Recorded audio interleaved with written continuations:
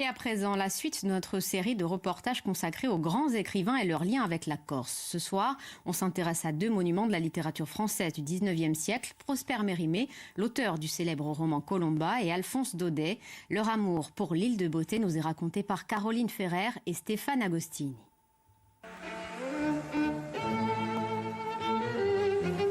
La beauté remarquable de la femme attira d'abord l'attention de Miss Neville.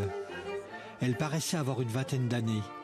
Elle était grande, blanche, les yeux bleu foncé, la bouche rose, les dents comme de l'émail. Dans son expression, on lisait à la fois l'orgueil, l'inquiétude et la tristesse. 1840, Prosper Mérimée signe son chef-d'œuvre Colomba. L'année précédente, il est passé à Sartène où il a rencontré les héroïnes de son futur roman. Quand il va en Corse, il est tellement fasciné par les histoires de Vendetta, Colomba, qu'il rencontre et dont il rencontre la fille. Et c'est grâce à la fille de Colomba qu'il peut avoir une idée comment était Colomba, puisque la description de Colomba, c'est une femme brune avec des yeux bleus. Et Mérimée, on sait, il était tombé amoureux, en tout cas de sa fille, qu'il avait trouvée très belle. Mérimée espérait ce voyage de longue date. Sa mission d'inspecteur des monuments historiques lui donne enfin l'occasion de découvrir l'île.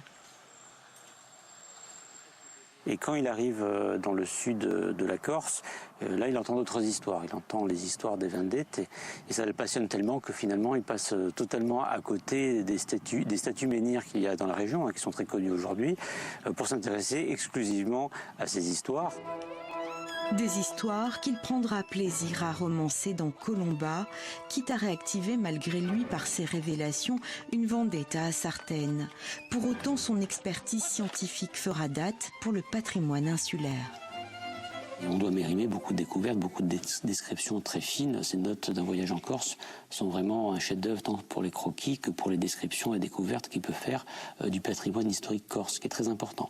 Par exemple, lorsque Mérimée va arriver dans la région du Niol, il va beaucoup s'intéresser, il va retranscrire des chants qu'il entend là-bas, des chants de vengeance, mais aussi de défunts, et il va les retranscrire, et on lui doit donc, dans certains passages, des retranscriptions très fidèles de chants corses. Presque 20 ans plus tard, Daudet aussi a un coup de foudre pour la Corse.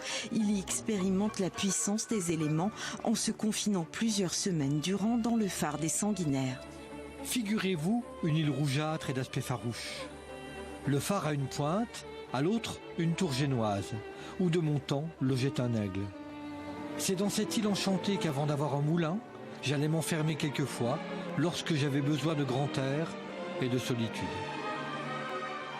Que Daudet se retrouve en Corse en plein hiver, donc il y a de la tempête, il y a du vent, et il se trouve confiné dans ce phare, il ne sort pas de la tour, et il est avec des gardiens du phare, des Corses aussi, des personnes qui viennent de Provence, et des gardiens avec lesquels il a aucune affinité. Alors les premiers jours, il reste isolé dans sa chambre, il sort pas trop, il mange seul, et petit à petit, il finit par tisser des liens avec ces personnes.